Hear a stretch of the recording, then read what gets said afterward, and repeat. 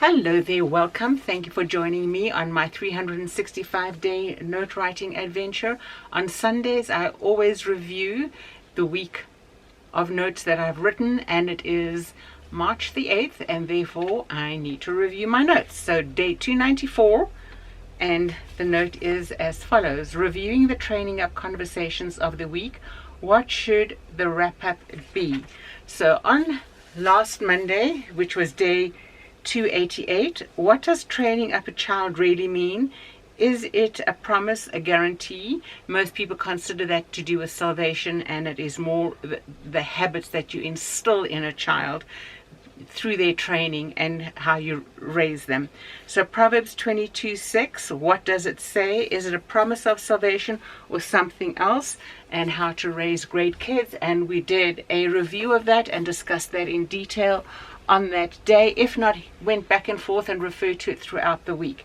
Now, I wrote that because I had two little ones, a 9 and 11-year-old, in my life for 4 days. They were guests of my sister and her husband who live upstairs, and they were the loveliest, most well socialized, active, creatively conversational kids I have met in many a year, and I just adored them.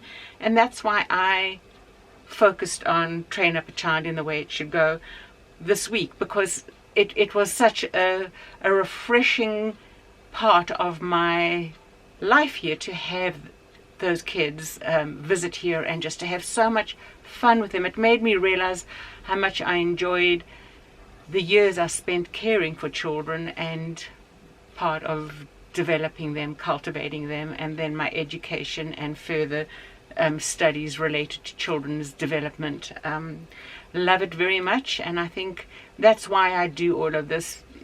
Even us, as we get older, we are still children at heart in many ways, and how do we bring those changes to ourselves? And I love sharing my life with younger people, to encourage them and show them the change that is possible in their lives. And once they change their mindset and cultivate new ways of living, the beauty that brings to them. God makes beauty out of ashes. So that was day 288.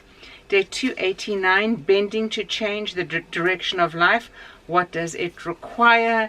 And that was focusing on the way, train up a child in the way they should go, which is like shaping them in the way they should go, like bending a branch or bending a bow. And that brought me to follows bound up in the heart of a child, but the rod of discipline. And that is more really than the discipline of whacking on the rear, more of, as I said, means of correction. What are they? We all know when children are young, they're pliable like a bow that you're trying to bend. A young branch is bendable, easy to shape, and you tie one end and you tie the other end, and it's taut and it stays in that shape and it goes that way. So that's what you need to think of when you go that way. But when a twig is old, have you ever tried correcting and bending an old branch? It's harder. So the older you get, the more difficult. When you set in your ways, the change is more difficult. So bending to change the direction of your life. What does it require? Straining. You need to direct to a point and a particular position. It needs to be stretched, and to bend the mind as in studying. So that's gaining the knowledge that you need to make a decision on the path you need to follow in change, or the path you need to follow in training up a child. Seeing that is what our focus was for the week. Day 290, changing, correcting our patterns of behavior to redirect the course of our life. How to do it? Analyze your mindset. What do you believe? Reason and talk to yourself to transform your life. And I focused on Romans 12:2, which we need to focus on our mindset to bring those changes to us. So it's an intentional focus aligned with the truth, and that we need to take action. Day 291, why talking ourselves through issues is the means to change. Conversation does not happen in a vacuum. It's all about the heart, our inner person, where feelings, the will, and our intellect are the center of us. Very important to keep those conversations going, to keep reading, to keep studying and listening to wise counsel to bring those changes about. And we need to really challenge ourselves. Are we thinking the correct things about situations? Day 292, what are you depositing in your heart to grasp a beneficial outcome? The choice is yours. You can grow a good base or a negative base, and you need to choose that. And you need to consider all your commitments and the different people you have in your life that are influencing you. You will know them by who they associate with. People know you by who your friends are, and you need to choose wisely. You need to have humility and not pride and arrogance that you're better than other people when you are making choices about friends. And then day 293, shaping, cultivating, and rearranging should become our single-minded focus in our desire for a good foundation. To cultivate an abundant heart is easier when we've planned it out rather than when we need remedial care.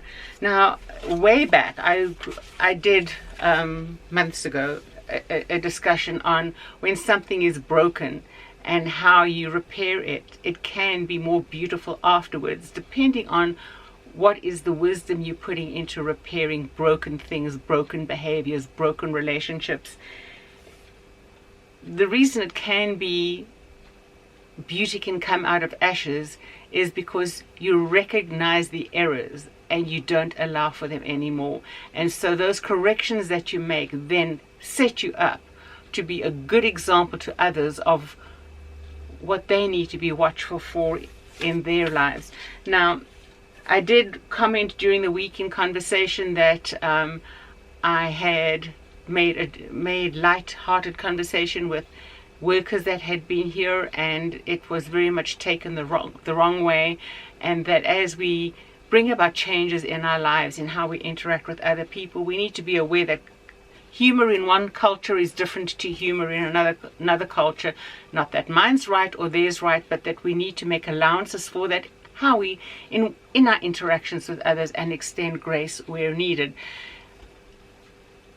And also, there is a difference, I believe, in our roles. I'm a woman, and when you, in different cultures, a woman speaking directly to a man is not welcome. It is offensive. A woman being more educated than a man is offensive. A woman being more congenial, outgoing, happy, encouraging of others is seen as a threat. And this is common everywhere. Friends, again, that goes back to be transformed by the renewing of your mind. Change the way you think about those things. And I'm speaking to people who find that threatening when a woman comes across that way to them.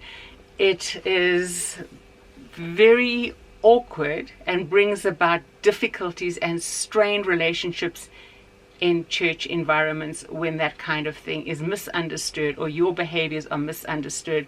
Again, we always need to be examining that we are not coming across in an offensive way. However, if other people are being offended because of their lack of understanding, then you need to separate yourself from those accusing people of your behaviors and continue on a pattern that is more encouraging of others.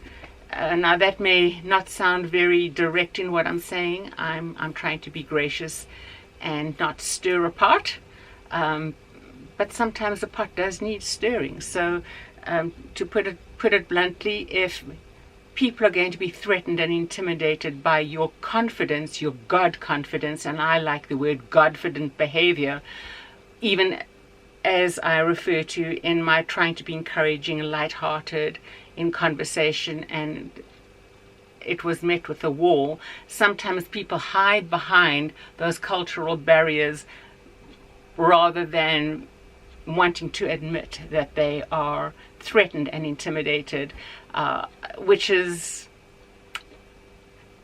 awkward. It's difficult.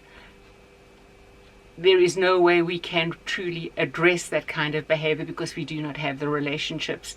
And one would just hope that they would mature in time. They're young people. As they get older, hopefully they will learn to do it differently, learn to behave differently for their own good, for their own benefit. So that, friends, wraps up what I wanted to focus on this past week in training up children and how we communicate with them and how we raise them to be great contributors to society, great contributors to their families and where they live. So until tomorrow, a new week starting. I don't know what I'll be addressing tomorrow. I will need to be praying about it. I have an idea, I think, but I'm not too sure. So come back tomorrow and I will share more details then. So until then, take care and God bless. Bye-bye for now.